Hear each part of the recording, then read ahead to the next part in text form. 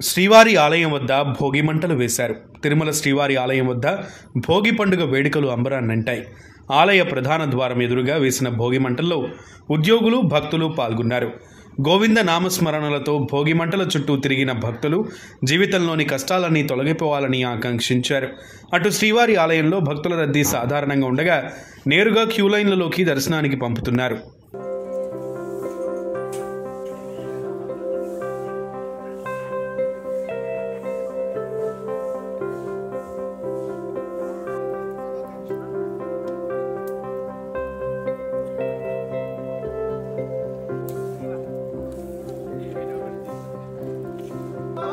Lakshmikanthamma